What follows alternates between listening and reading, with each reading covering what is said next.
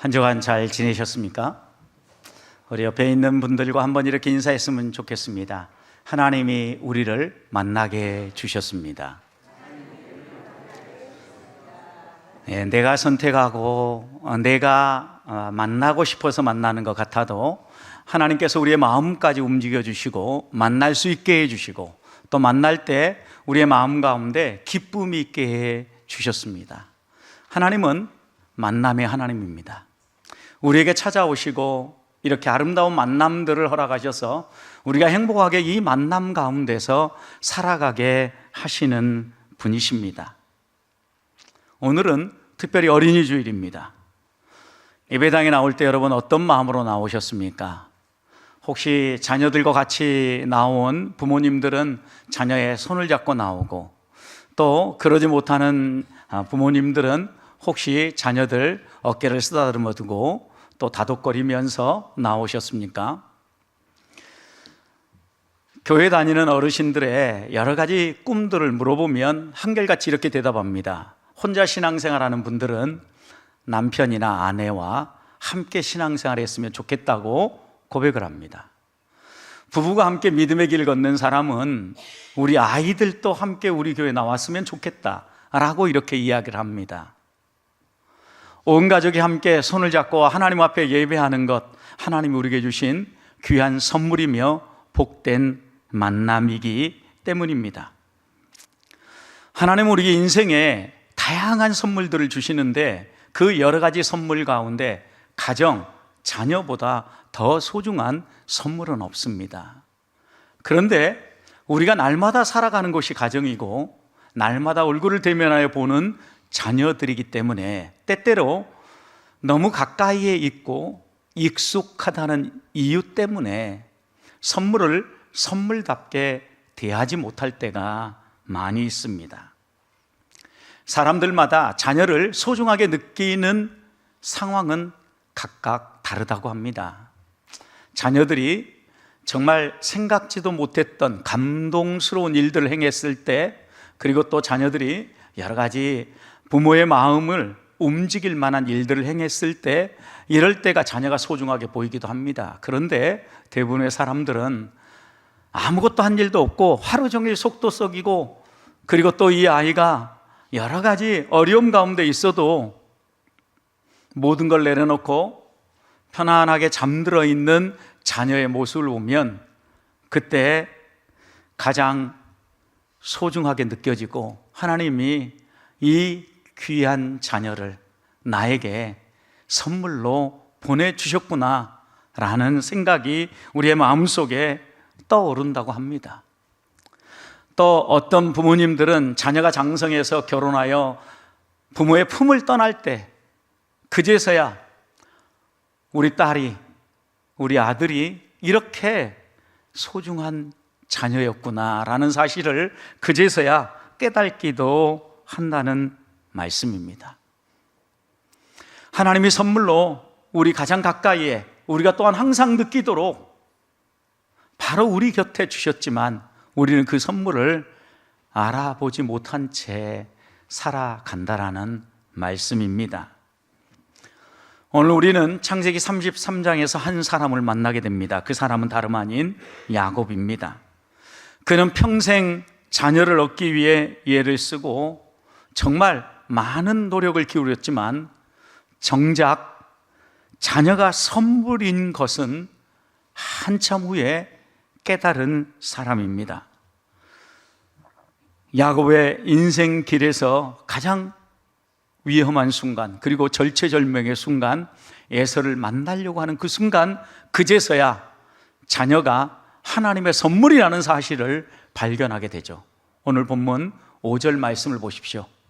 에서가 눈을 들어 여인과 자식들을 보고 이렇게 묻습니다. 이 사람들이 누구냐? 이렇게 물으니까 야곱이 대답합니다. 하나님이 주의 종에게 은혜로 주신 자식들입니다. 여러분, 누가 주셨다고요? 하나님이. 누구에게요? 주의 종 야곱에게. 어떻게 해요? 은혜로, 선물로 주신 자식들입니다. 여러분, 20년 동안 얼마나 야곱이 치열한 삶을 살았습니까? 이 에서를 만나기까지 에서의 얼굴을 피해서 도망했던 화란에서의 20년 삶을 마무리하고 다시 돌아와서 이 화란의 도망자 생활 끝자락에 그는 비로소 하나님이 그에게 가정을 선물로 주셨고 또 자녀를 은혜로 선물로 주셨다는 사실을 그 형님 앞에서 고백하고 있는 겁니다. 이처럼 소중한 것일수록 우리 가까이에 있음에도 불구하고 우리가 느끼지 못할 때가 자주 있습니다. 그런데 야곱은 어떻게 이 소중한 자녀를 하나님의 선물로 다시 보게 되었고, 그리고 하나님이 종에게 은혜로 주신 선물이라고 고백하게 되었습니까? 오늘 본문의 말씀을 보면 첫 번째 우리가 알 수 있는 것은 야곱의 삶을 통하여서 하나님은 깨우치신다라는 말씀입니다. 야곱이 이삭의 가정에 태어난 것부터가 하나님의 은혜였습니다. 이삭의 가정은 불임 가정이었습니다. 40세에 결혼을 했지만 자녀가 없었습니다. 그래서 이삭은 하나님께 간절히 기도합니다. 그 기도의 열매로 얻어진 자녀가 바로 야곱이었습니다. 그런데 여러분, 이렇게 태어난 귀한 자녀이지 않습니까? 근데 그 자녀의 이름을 야곱이라고 지어줬습니다. 여러분, 야곱이라는 이름의 의미가 무엇입니까? 형의 발 뒤꿈치를 붙잡고 나왔다라는 의미에서 야곱이라고 지어졌습니다. 여러분, 그런데 이 야곱이라는 이 의미 속에는 또 하나 속이는 자라는 의미가 담겨져 있습니다. 야곱은 태어날 때부터 형과 경쟁했고 형의 발 뒤꿈치를 잡고라도 조금이라도 빨리 나오려고 했던 사람입니다. 평생 무언가를 얻고자 경쟁하고 또 자기 손으로 무언가를 얻어내고자 움켜쥐는 삶을 살았다는 말씀입니다. 그의 삶을 보십시오. 그가 어떻게 그렇게 얻고 싶었던 형의 장자권을 빼앗습니까? 굶주려 있는 형을 팥죽 한 그릇으로 유혹하고 그 팥죽 한 그릇으로 장자권을 빼앗습니다. 이것도 부족해서 아버지가 이제 떠날 날이 다가와서 에서에게 축복을 하려고 할 때 어머니와 손을 잡고 아버지를 속이고 형을 속이고 형에게 갈 축복을 도중에 가로챕니다. 상황은 급변했습니다. 위험한 상황이 됐습니다. 가정의 불화로 말미암아 누군가 한 사람이 죽게 생겼습니다. 형님의 낯을 피하여 부랴부랴 하란으로 도망합니다. 하란에서 20년 동안 결혼 생활을 하면서 자녀를 얻었습니다. 그런데 여러분, 누구나 가정을 이루고 자녀를 얻고자 하면 그 자녀가 편안하게 생긴 게 아니라 자녀를 얻는 과정조차도 치열한 다툼이 있었습니다. 야곱에게는 자녀를 얻는 일조차 평안한 일이 아니었던 겁니다. 하나님이 레아의 사랑받지 못함을 보시고 그의 태를 열어서 자녀를 주자 라헬은 자녀를 얻지 못하는 자신의 이 아픔을 내놓고 언니 레아를 시기 질투합니다. 그리고 창세기 30장 1절 보면 요셉에게 야곱에게 나아가서 이렇게 라헬은 이야기합니다. 내게 자식을 낳게 하라. 그러지 아니하면 내가 죽겠노라. 여러분, 이것은 협박입니다. 협박. 그때 야곱이 뭐라고 대답합니까? 내가 어떻게 내 마음대로 자식을 주느냐? 자식을 주는 것은 하나님의 손에 달려있다라고 이렇게 이야기하지 않습니까? 여러분, 레아와 라헬이 어떤 사이인가 생각해 보십시오. 언니 동생 사이입니다. 그런데 자녀를 얻는 이 일에서만큼은 두 사람이 서로 경쟁합니다. 라헬이 곰곰이 생각해 보니까 자녀를 얻을 다른 방법이 있다고 생각한 겁니다. 자기의 여종을 야곱에게 주어서 자녀들을 얻습니다. 그러자 레아도 안 되겠다, 나도 내 여종을 줘서 자녀를 얻어야 되겠다라고 자녀를 얻습니다. 여러분, 그리고 요셉을 얻으려고 할 때 여러분, 그들이 무엇조차도 경쟁하고 다툽니까? 레아의 아들이 들에서 합한채를 구해옵니다. 그 당시에 합한채는 불임 부부의 치료제로 쓰여지는 풀이라고 소문나 있는 그런 약재였습니다. 그런 합 한 채를 가져오자 라헬이 그 합 한 채를 얻고 싶어서 남편을 두고 흥정을 합니다. 합 한 채를 주면 오늘 밤은 남편이 언니에게 가게 해주겠다라고 이렇게 경쟁을 합니다. 이런 야곱의 가정입니다. 자녀가 태어날 때마다 부모의 축복 가운데, 기쁨 가운데 태어난 것이 아니라 경쟁의 상대였고 자식은 그 경쟁에서 이겼다는 트로피였던 겁니다. 싸움에서 무언가를 얻어냈다라는 증거물로 생각했다라는 겁니다. 그래서 레아는 아들을 얻었을 때 이렇게 고백합니다. 하나님이 나의 괴로움을 돌아보셨다. 이제는 내 남편이 나를 사랑하리라. 이러면서 아들들의 이름을 지어줍니다. 남편의 사랑에 목말라 있었던 겁니다. 라헬도 다를 것이 없었습니다. 그는 여종을 통하여서 아이를 얻고 이렇게 고백합니다. 내가 언니와 크게 경쟁하여 이겼다. 납달리, 하나님이 내 부끄러움을 씻어주셨다. 이런 의미로 이름을 지으면서 아들들을 서로 낳고자 경쟁했던 것입니다. 여러분, 그런데 이런 모습은 야곱의 삶에도 드러납니다. 야곱에게 아내와 자녀는 재산 같은 존재였습니다. 왜냐하면 창세기 32장에 보면 야곱이 에서 형을 만나러 가려고 할 때 형을 만나는 일이 너무나 두려웠습니다. 그래서 형을 만나는 사람들을 떼를 나누는데, 여러분 창세기 32장 7절 보면 이렇게 고백합니다. 야곱이 심히 두렵고 답답하여 자기와 함께한 동행자와 양과 소와 낙타를 두 떼로 나눴다. 여러분, 두 떼로 나눴는데 양, 소, 낙타, 거기에 또 누가 들어있습니까? 동행자가 들어있습니다. 여러분, 양, 소, 낙타와 동행자를 동급으로 놓고 있는 겁니다. 양, 소, 낙타는 소유물입니다.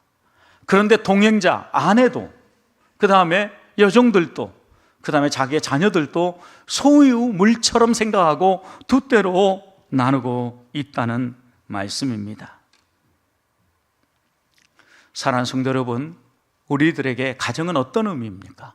우리들에게 자녀는 어떤 의미입니까?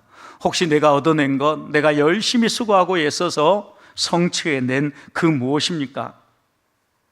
혹시 자녀를 사랑한다라고 말하면서 자녀에게 나의 꿈을 집어넣고 자녀들이 그런 걸 이루었을 때 내 성취를 자녀 속에서 확인하려고 하지는 않았습니까? 아들이 이렇게 멋지게 커서 좋은 직장에 들어갔다. 딸이 이렇게 열심히 공부하더니 좋은 대학에 들어갔다 라고 자랑하면서 혹시 대리 만족을 하고 있지는 않습니까? 자녀를 자기 공로의 열매로 보았던 그 눈, 그 마음은 야곱의 눈이었고 야곱의 마음이었습니다. 그렇다면 야곱이 분명히 하나님이 선물로 주신 자녀였는데 그 자녀가 하나님의 선물인 줄 몰랐던 이유는 무엇입니까? 그의 삶 때문입니다. 그는 자기가 노력하고 자기가 애써야 무언가를 얻을 수 있다고 생각했습니다. 그래서 그의 손은 온통 움켜진 것들로 가득했던 겁니다. 그러니 자녀조차도 자기가 무언가 경쟁해서 움켜진 것이라고 자기 소유물처럼 생각한 것입니다. 하나님이 선물로 주신 가정이, 하나님이 선물로 주신 자녀가 선물답게 내 삶에 다가오기 위해서는 바로 이렇게 움켜졌던 손을 펴야 합니다. 우리도 움켜진 손을 펴봅시다. 가정과 가족, 그리고 오늘 내가 살아가는 일터, 그리고 내가 하는 일, 이 모든 것이 내 노력과 내 열심으로 얻어내고 내가 만들어낸 내 성취물이라고 생각하지 말고 움켜진 손을 좀 펴자 하는 것입니다. 그 손을 펴면 가정을 이룬 것도 하나님의 은혜고 자녀를 주신 것도 하나님이 내게 주신 선물이고 내가 이런 직장에서 이런 일을 할 수 있는 것도 하나님이 내게 주신 선물이라는 생각이 다가오게 된다는 말씀입니다. 오늘 우리가 누리는 가정, 자녀, 이 일터의 삶이 하나님이 우리에게 은혜로 내려주신 선물이라는 것을 삶을 통해서 다시 한번 발견하고 하나님께 영광을 돌리는 우리 보배의 성도들이 되시기를 주님의 이름으로 축복합니다. 또 하나님은 하나님의 선물을 깨우치기 위해서 이 야곱을 야복강으로 이끌어 가십니다. 창세기 32장의 내용은 야곱이 에서를 만나러 가기 전날 밤 이야기입니다. 형이 400명을 거느리고 다가오고 있다는 이야기에 야곱은 두려움에 사로잡혔습니다.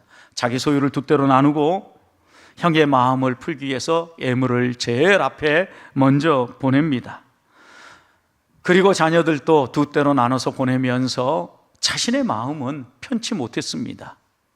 형을 만나러 갈 수 없었던 겁니다.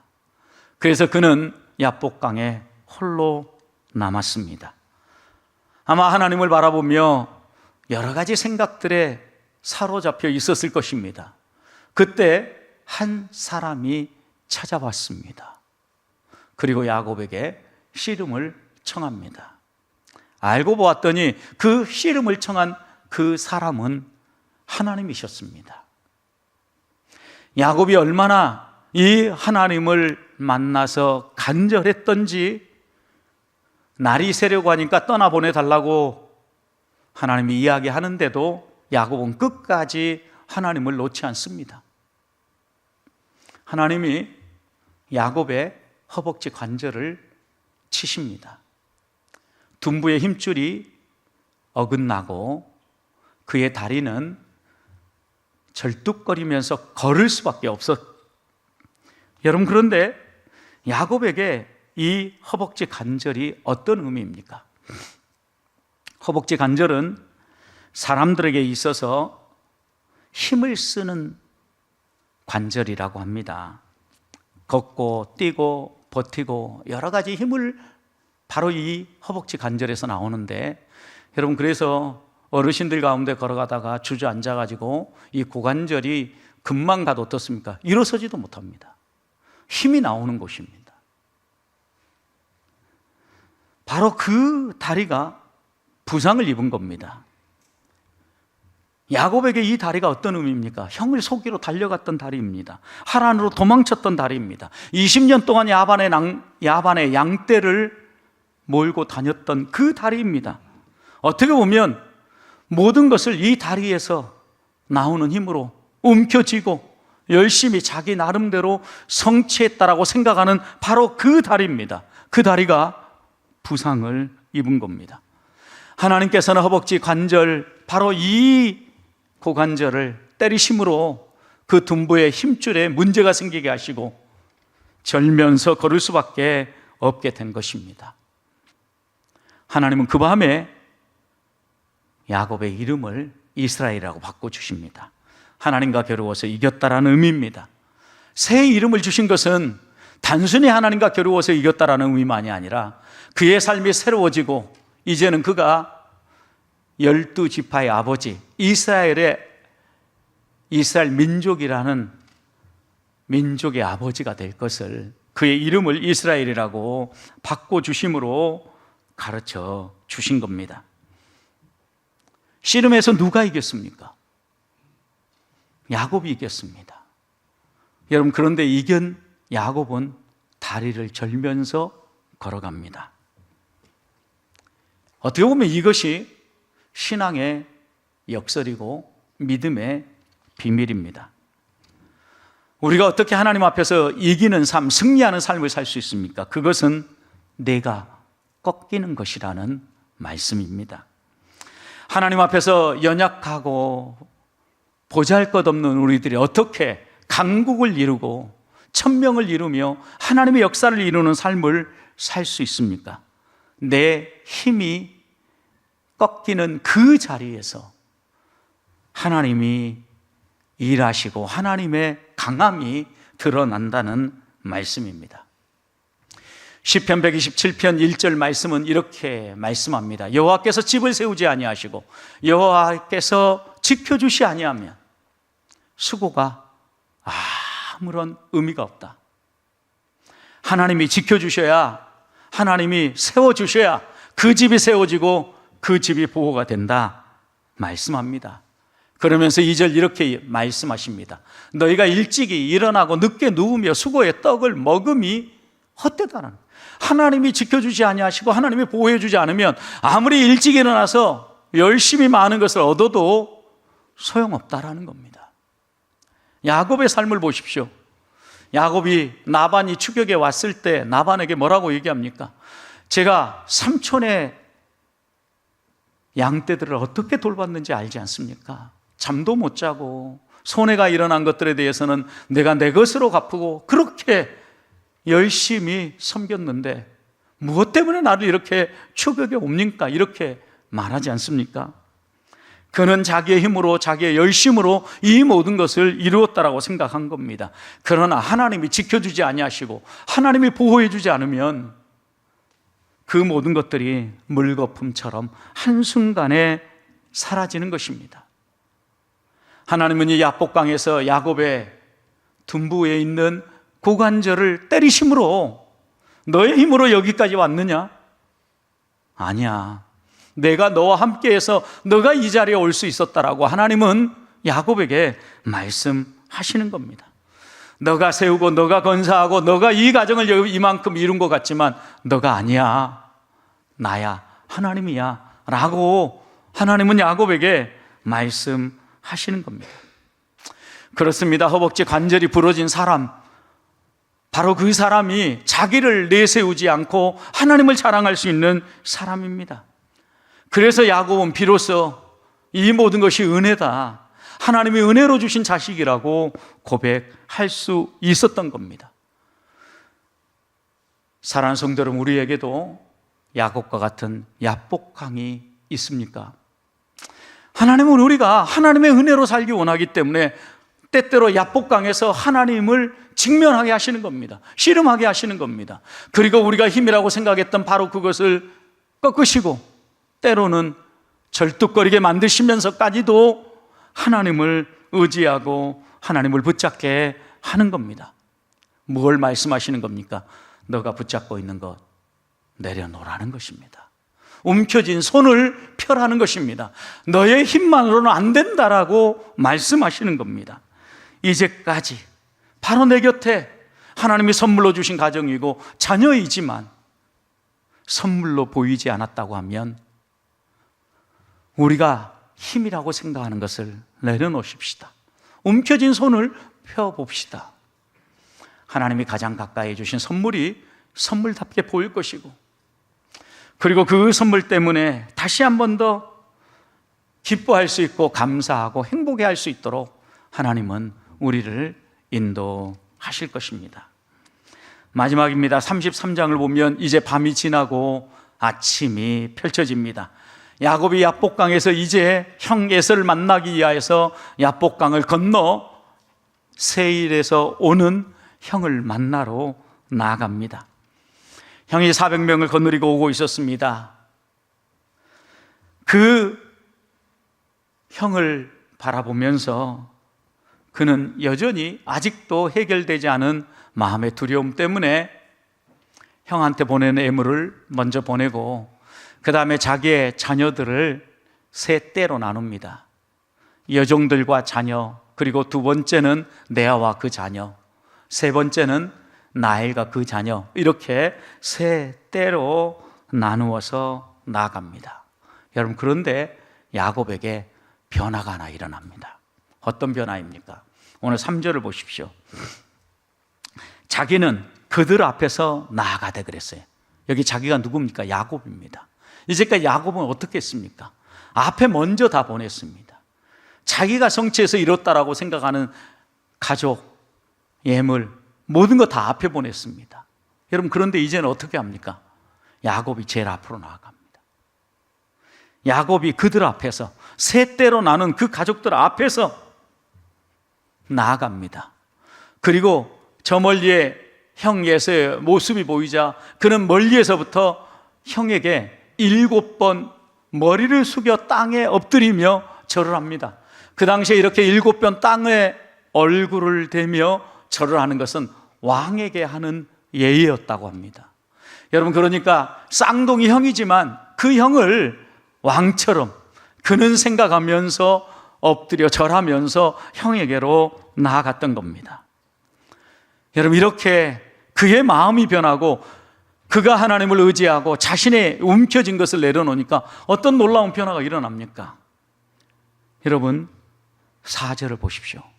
에서가 달려옵니다. 그리고 야곱을 맞이하여 안아줍니다. 목을 어금 맞추고 입 맞춘 다음에 두 사람이 엉엉 웁니다. 20년 동안 풀어지지 않았던 그 마음의 갈등이 한순간에 녹아내리고 있는 겁니다. 이렇게 마음의 응어리들이 어느 정도 해결되고 나니까 주변에 있는 것들이 보이기 시작한 겁니다. 그래서 에서가 야곱에게 묻습니다. 야, 이 앞에 있는 여인들, 이 아이들은 도대체 누구냐? 라고 묻습니다. 그때 5절 후반절 야곱이 어떻게 대답합니까? 하나님이 주의 종에게 은혜로 주신 자식들입니다. 여러분, 비로소 자기 곁에 있는 자식이 하나님이 은혜로 주신 것이라는 게 보이기 시작한 겁니다. 그래서 이 5절 말씀은 그냥 지나갈 수 없습니다. 이 말씀 속에는 정말 기쁜 영적인 의미가 담겨져 있습니다. 첫 번째는 자녀는 하나님이 우리에게 주신 선물이라는 의미입니다.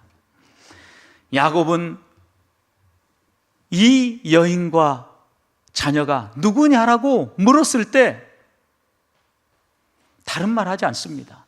여러분, 생각해 보십시오. 어떻게 아내를 얻었습니까? 삼촌에게 속아가지고 14년 동안 무일푼으로 고생하면서 일을 했습니다. 그렇게 얻은 아내입니다. 또 자녀를 어떻게 얻었습니까? 그 아내와 함께 20년 동안 이 자녀를 얻기에 집안 안에 얼마나 다툼이 있고 경쟁이 있고 아픔이 있었습니까? 그런데 야곱은 이런 말 에서 앞에 한마디도 하지 않습니다. 딱 한마디만 합니다. 하나님이 주의 종에게 선물로 주신 자식들입니다. 그의 마음이 변한 겁니다. 자녀를 표현하는 표현 방식이 달라진 것입니다. 시편 127편 3절 말씀 보면 그래서 이렇게 고백합니다. 보라, 자식들은 여호와의 기업이요 태의 열매는 그의 상급이로다. 기업이라는 이 표현은 유산이라는 것입니다. 상급이라는 이 표현은 하나님이 우리에게 선물로 주시는 것이라는 의미입니다. 내가 만든 것, 내가 노력해서 얻어낸 것이 아니라 하나님이 선물로 주시는 게 기업이고 자식이고 가정이라는 말씀입니다. 우리 자녀는 내가 만들어서 이렇게 키워낸 것이 아닙니다. 자랑할 것이 아닙니다. 하나님의 은혜입니다. 하나님이 그렇게 세워주신 것입니다. 야곱은 형에게 자녀를 소개할 때 주의 종에게 라고 이렇게 고백했습니다. 여러분, 이제까지 야곱의 모습을 보십시오. 나 이스라엘은, 그리고 또 내 아이들은, 내 소유는 자신이 무언가를 했다라고 이야기하면서 자기를 이렇게 드러내고 자랑하는 사람이지 않습니까? 하나님이 자신에게 자녀와 가정과 소유를 주셨다는 걸 깨닫고 그는 비로소 자기가 주인이 아니라 종이라고 고백하는 겁니다. 자신이 가진 모든 것이 주인이신 하나님의 것이라고 고백하는 것입니다. 이 아이들은 내 것이 아닙니다. 주께서 종에게 맡겨주신 것입니다 라고 고백하고 있는 겁니다. 자녀가 하나님이 내게 주신 선물이라고 고백하는 사람이 자녀를 내 마음대로 움직이지 않고 하나님 손에 맡길 수 있습니다. 시편 127편 4절 말씀을 보면 젊은 자의 자식은 장사의 수중에 화살과 같다고 표현합니다. 자녀를 화살에 비유하고 있습니다. 여러분, 그런데 이 화살은 언제 사용합니까? 활에 할 시에 당겨져서 나아가는 거죠. 자, 그러면 활을 든 사람은 누구일까요? 하나님입니다, 여러분. 하나님이 우리 자녀들을 활에 잘 잡아서 하나님이 원하시는 곳으로 쏘아 보낸다라는 거죠. 여러분, 그런데 우리는 우리의 방식대로, 우리가 원하는 대로 우리 아이들을 쏘아 보내려고 합니다. 하나님이 필요한 자리에 하나님이 쏘아 올리고, 하나님이 원하시는 자리에 빛과 소금으로 살아갈 수 있도록 활시위를 당겨 우리 아이들을 보낸다라는 말씀입니다. 그래서 이어지는 5절에 뭐라고 얘기합니까? 이것이 화살통에 가득한 자는, 여러분, 이것이 화살통에 가득하다. 이것이 무엇입니까? 화살이죠, 화살. 화살통에 가득한 자는 복되다 그랬는데, 여러분, 화살통은 뭘 의미합니까? 부모를 의미하는 겁니다. 부모는 활을 잡고 활을 쏘는 사람이 아닙니다. 부모는 화살을 보관하는 통일 뿐입니다. 하나님이 우리에게 주신 선물인 자녀를 우리는 잘 간직하고 하나님이 언제든 쏘아 올릴 수 있도록 섬기는 사람들이 바로 우리라는 말씀입니다. 잠시 위탁받고 우리는 돌보는 사람인 것입니다. 오늘 함께 읽은 11절 말씀도 보십시오. 야곱은 소유물에 대해서도 완전히 달라진 관점을 보여줍니다. 하나님이 내게 은혜를 베풀으셨고 내 소유도 족하니 청하건대 내가 형님께 드리는 예물을 받으소서 하고 강권함에 그가 받으니라. 여러분, 에서가 또 이렇게 물은 겁니다. 야, 이 많은 이 가축들은 무슨 의미냐? 550마리나 됩니다, 여러분. 한두 마리가 아닙니다. 특별히 소 같은 경우는 이스라엘 땅에서 정말 보기 힘든 그런 가축입니다. 이런 가축을 포함해서 550마리입니다. 깜짝 놀랐습니다. 그리고 에서가 묻습니다. 이게 뭐냐고. 형님에게 드리는 예물이라고. 뭔 소리냐? 나도 소유가 많이 있다. 그러니 이건 너가 가져가라. 이렇게 형 에서가 동생에게 이야기합니다. 그때 고백한 고백이 바로 11절 고백입니다. 야곱은 뭐라고 얘기합니까? 자기가 밤잠 설쳐가면서 애써서 힘써서 얻어낸 예물이라고 이야기하지 않습니다. 하나님이 어떻게 해요? 은혜로 주신 선물이라고 고백합니다. 소유물에 대한 이해도 달라진 것입니다. 하나님의 은혜가 보이기 시작한 겁니다. 그러니 감사했고, 예전 같았으면 하나라도 더 얻고자 용을 쓰고 애쓰고 한 푼이라도 더 모으고자 애썼을 야곱인데 형에게 기쁨으로 다 내어주면서 받으라고 강권하지 않습니까? 여러분, 이것이 하나님의 은혜를 아는 사람의 복입니다. 그래서 시편 120편 5절에서는 이렇게 이야기합니다. 이것이 화살통에 하나님이 베풀으신 은혜가, 하나님이 베풀으신 선물이 그 화살통에 가득한 사람은 어떠다고요? 복되도다. 가정이 선물인 줄 알고, 자녀가 선물인 줄 알고, 내 일터가 선물인 줄 알고, 내가 일하는 일이 선물인 줄 알고, 내가 수고하고 땀 흘려서 모은 줄 알았던 그 재물이 하나님의 선물인 줄 아는 사람, 그 사람은 복이 있다는 말씀입니다. 사랑하는 성도 여러분, 왜 이제야입니까? 하나님이 베풀으신 선물은 처음부터 그 자리에 있었습니다. 자녀는 태어날 때부터 하나님의 선물입니다. 야곱은 보지 못했던 겁니다. 움켜진 손을 펴고 하나님을 의지하니 비로소 하나님의 선물이 보였고, 하나님께 감사하고 찬송하고 이웃에게 흘려보낼 수 있었던 겁니다. 오늘 우리도 하나님께서 우리의 눈을 열어주시도록 기도하십시다. 처음부터 그 자리에 있었는데, 매일 보는 얼굴인데 당연한 존재가 아니라 하나님이 나를 사랑하셔서 나에게 선물로 주신 것인 줄 알고, 하나님이 주신 귀한 선물을 하나님 손에 맡기며 믿음의 경주를 한 발 한 발 걸어가는 하나님의 사람들이 되시기를 주님의 이름으로 축복합니다.